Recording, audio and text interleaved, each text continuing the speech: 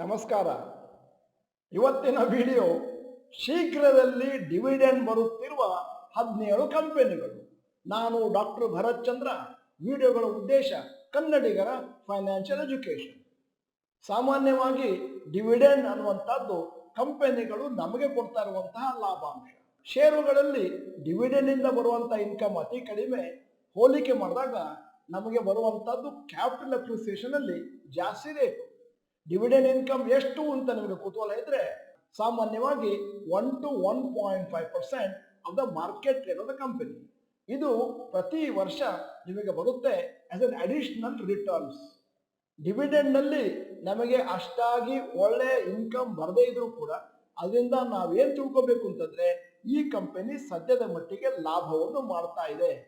ಎಲ್ಲಿಯವರೆಗೆ ಕಂಪನಿಗಳು ಲಾಭದಲ್ಲಿ ಇರ್ತಾವೋ ಅಲ್ಲಿವರೆಗೆ ಡಿವಿಡೆಂಡ್ ಇನ್ಕಮ್ ಕಾನ್ಸ್ಟೆಂಟ್ ಆಗಿ ನಮ್ಮ ಅಕೌಂಟಿಗೆ ಪ್ರತಿ ವರ್ಷನೂ ಬರ್ತಾ ಇರುತ್ತೆ. ನೀವು ಷೇರುಗಳಲ್ಲಿ ಹಣವನ್ನು ಹೂಡಲಿಕ್ಕೆ ಪ್ರಾರಂಭ ಮಾಡಿದಾಗ ಅತಿ ಕಡಿಮೆ ಷೇರುಗಳು ನಿಮ್ಮಲ್ಲಿದ್ದಾಗ ಡಿವಿಡೆಂಡ್ ಇನ್ಕಮ್ ಹೇಳಿಕೊಳ್ಳುವಷ್ಟು ಇರುವುದಿಲ್ಲ. ಆದರೆ ಮುಂದಿನ ದಿನಗಳಲ್ಲಿ ನಿಮ್ಮ ಪೋರ್ಟ್ಫೋಲಿಯೋ ಲಕ್ಷಗಟ್ಟಲೆಯಲ್ಲಿ ಕೋಟಿಗಟ್ಟಲೆಯಲ್ಲಿ ಆದಾಗ ಬಹುಶಃ 5, 10, 15 ವರ್ಷಗಳ ಬಳಿಕ ಡಿವಿಡೆಂಡ್ ಇನ್ಕಮ್ ಇಂದ ನಿಮ್ಮ ಮಂತ್ಲಿ ಇನ್ಕಮ್ ಅನ್ನ ಕಂಪ್ಲೀಟ್ ಆಗಿ ಸರಿದೂಗಿಸ್ಕೊಳ್ಬಹುದು. ಡಿವಿಡೆಂಡ್ಗಳನ್ನು ಹಿಂದಿನ ದಿನಗಳಲ್ಲಿ ಚೆಕ್ ಮುಖಾಂತರ ಕಳಿಸ್ತಾ ಇದ್ರು. ಈಗ ಅದನ್ನ ಡೈರೆಕ್ಟ್ ಆಗಿ ನಿಮ್ಮ ಬ್ಯಾಂಕಿನ ಅಕೌಂಟಿಗೆ ಜಮಾ ಮಾಡ್ತಾರೆ ಮತ್ತು ನೀವು ಯಾವ ಟ್ಯಾಕ್ಸ್ ಲಾಭಲ್ಲಿದ್ದೀರೋ ಅದರಂತೆ ಡಿವಿಡೆಂಡ್ ಇನ್ಕಮಿಗೆ ಇನ್ಕಮ್ ಟ್ಯಾಕ್ಸ್ ಅನ್ನು ಕಟ್ಟಬೇಕಾಗ್ತದೆ. ಇವತ್ತು ನಿಮ್ಮ ಮುಂದೆ ಒಂದು 17 ಕಂಪನಿಗಳ ಪಟ್ಟಿಯನ್ನು ಇಟ್ಟಿದ್ದೇನೆ. ಇವುಗಳಲ್ಲಿ ಶೀಘ್ರದಲ್ಲಿ ಡಿವಿಡೆಂಡ್ ಬರಲಿದೆ. Dividend declared and to be paid soon. Infosys record date 29 October 2024. Dividend per share 21 ರೂಪಾಯಿ. ಮಜಗಾಂವ್ ಡಾಕ್ 30ನೇ ತಾರೀಕು October. Dividend declared 23.19 rupees. Balakrishna industries 31st October finalise ಮಾಡಿಲ್ಲ. ಗಾರ್ಡೆಟ್ ಕನ್ಸ್ಯೂಮರ್ 1st ನವೆಂಬರ್ ಫೈನಲೈಸ್ ಮಾಡಿಲ್ಲ ಡಿವಿಡೆಂಡ್ ಎಷ್ಟು ಅಂತ. ಟೆಕ್ ಮಹೀಂದ್ರ 1st ನವೆಂಬರ್ 15 ರೂಪಾಯಿ ಕೊಡ್ತಾರೆ ಪರ್ ಶೇರ್. NTPC 2ನೇ ತಾರೀಕು November record date not finalise. Colgate 4ನೇ ತಾರೀಕು November not finalise. Kajaria ceramics 4ನೇ ತಾರೀಕು ನವೆಂಬರ್ 1 ಶೇರಿಗೆ 5 ರೂಪಾಯಿ ಕೊಡ್ತಾರೆ.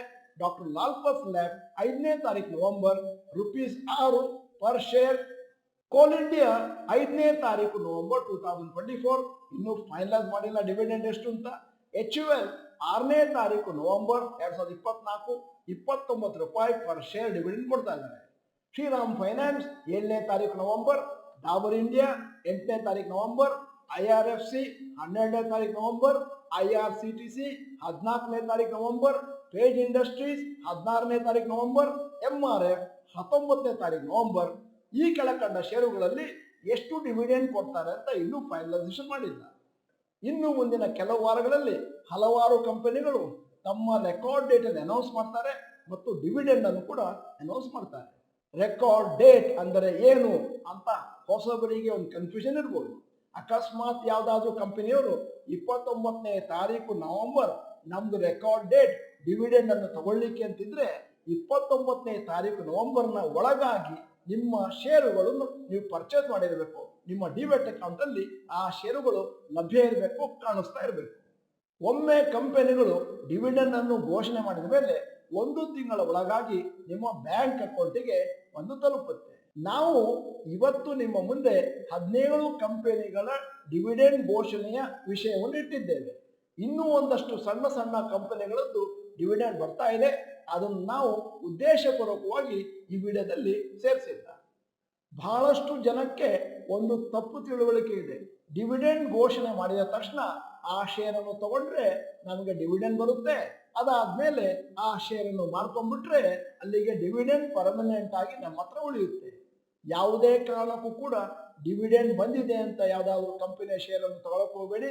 ಯಾಕಂತಂದ್ರೆ ಡಿವಿಡೆಂಡ್ ಬಂದ್ಮೇಲೆ ಅದು ಎಕ್ಸ್ ಡಿವಿಡೆಂಡ್ ಆದ್ಮೇಲೆ ಆಟೋಮೆಟಿಕ್ ಆಗಿ ಶೇರಿನ ಬೆಲೆ ಅದೇ ಪ್ರಪೋರ್ಷನಲ್ಲಿ ಕಮ್ಮಿ ಆಗುತ್ತೆ. ಯಾವುದಾದ್ರೂ ಷೇರು ಮುಂದಿನ ದಿನಗಳಲ್ಲಿ ಮೇಲಕ್ಕೆ ಹೋಗುತ್ತೆ, ಫಂಡಮೆಂಟಲ್ಸ್ ಚೆನ್ನಾಗಿದೆ ಅಂದ್ರೆ ಮಾತ್ರ ಆ ಶೇರನ್ನು ತಗೋಬೇಕು, ಕೇವಲ ಡಿವಿಡೆಂಡ್ಗಾಗಿ ಅಲ್ಲ. ನಾನು ಆಗ್ಲೇ ಹೇಳಿದಾಗೆ ಶೇರಿನಲ್ಲಿ ಬರ್ತಾ ಇರುವಂತಹ ಡಿವಿಡೆಂಡ್ ಇನ್ಕಮ್ ಅತಿ ಕಡಿಮೆ. ಜಾಸ್ತಿ ಬೆನಿಫಿಟ್ ಆಗೋದು ಷೇರುಗಳ ಬೆಲೆ ಮೇಲಕ್ಕೆ ಹೋದಾಗ. ಯಾವುದಾದ್ರೂ ಕಂಪನಿಯವರು ಡಿವಿಡೆಂಡ್ ಅನ್ನು ಘೋಷಣೆ ಮಾಡಿದ್ದಾರೆ ಅಂತಂದ್ರೆ ಅರ್ಥ ಏನು ಅಂತಂದ್ರೆ ಆ ಕಂಪನಿ ಸದ್ಯದ ಮಟ್ಟಿಗೆ ಪ್ರಾಫಿಟ್ ಅಲ್ಲಿ ಇದೆ.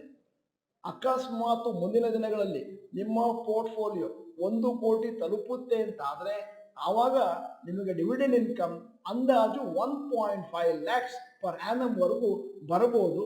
ಅದರಿಂದ ನಿಮ್ಮ ಲೈಫ್ ಸ್ಟೈಲ್ನ ಇಂಪ್ರೂವ್ ಮಾಡ್ಕೋಬಹುದು ಮತ್ತು ಮಂತ್ಲಿ ಎಕ್ಸ್ಪೆನ್ಸಸ್ ಅನ್ನ ನೀವು ಕಟ್ ಆಫ್ ಮಾಡಬಹುದು. ಇವತ್ತು ಈ ವಿಡಿಯೋದ ಕೊನೆಯಲ್ಲಿ ಒಂದು ಸಣ್ಣ ಅಸೈನ್ಮೆಂಟ್ ಕೊಡ್ತಾ ಇದ್ದೇನೆ.